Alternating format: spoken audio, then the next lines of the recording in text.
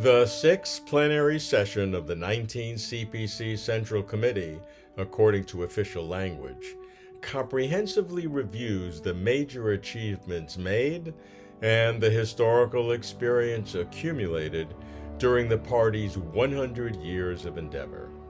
In the run-up to the plenum, Chinese officials and commentators have been giving advance directives.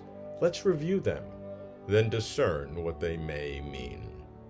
First, a word about party plenums and why this one seems special. Plenums are meetings of the Central Committee, the party's highest governing body, and they are attended by all full and alternative members, more than 370. Plenums are held in the years between party national congresses. There are usually 7 plenums over the 5 years, each with a focus like economics or rule of law. 6 plenums often stress ideology and party building. All plenums are important for national direction and policy, but this 6th plenum in 2021 is attracting well more attention than usual, certainly more than 6 plenums in the past.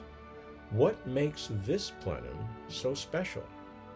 As the party sees itself, this 6th plenum stands at the new historical starting point of the second centenary goal, to transform China into a fully modernized socialist nation by the 100th anniversary of the People's Republic of China in 2049.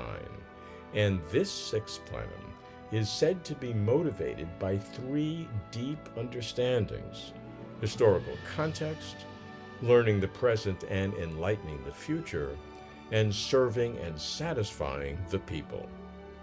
The official advance notice of the draft resolution highlights that the CPC has led all ethnic groups in making remarkable achievements over the past 100 years in the history of human development, that Chinese people who had suffered subjugation and bullying since the advent of modern times had stood up, advancing towards modernization and embracing national rejuvenation, that socialism has emblazed a successful trail in the world's most populous country, demonstrating its strong vitality, that the party, the military, and the public are united as never before, and that all these factors provide more refined institutional guarantees, firmer material foundations, and more spiritual power for achieving national rejuvenation.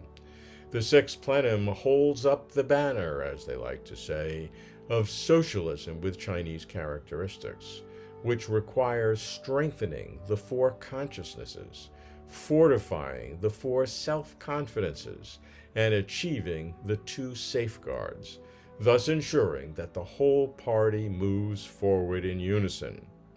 To foreigners, all this language may sound turgid, repetitive, generalized, party speak of little consequence.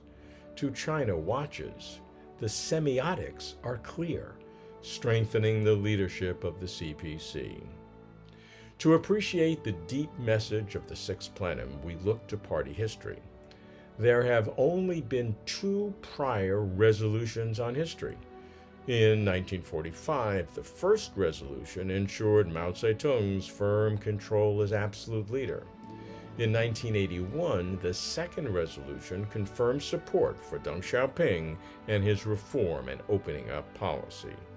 From the party's perspective, both of these prior resolutions unified thinking and gathered strength to complete new historical tasks, which is exactly what the party expects from the 6th plenum under CPC General Secretary Xi Jinping.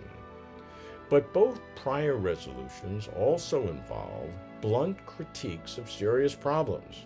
For Mao, overcoming contentious inter-party politics to attain sole leadership. For Deng, resolving divisive inter-party issues from the chaotic Cultural Revolution, 1966 to 1976. Both previous resolutions consolidated the party under its core leader, quashed dissenting views, and opened a new era. For Mao's era, China stood up. For Deng's era, China became rich. Now, for the party's third resolution on history, the parallelisms are striking. Consolidating the party under its core leader to commence a third new era, for Xi's era, China becomes strong. However, there are differences with this third resolution in that there is now no overt need to resolve past disputes, no lingering negative issues to clean up.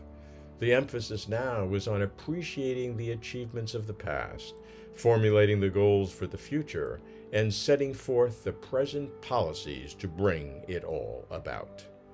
As the Sixth Plenum approaches, President Xi is praised for the grandeur, foresight, and vision of a Marxist statesman, and lauded for his extraordinary strategic determination, superb strategic thinking, and scientific strategic decision-making. Just days before the plenum's opening, the official Xinhua news agency published a long report on President Xi, his life and career, his vision and policies, his goals and accomplishments. I do not recall a recent article as elaborate and comprehensive as this one. There is more to come. That's the deep message. I'm Robert Lawrence Kuhn.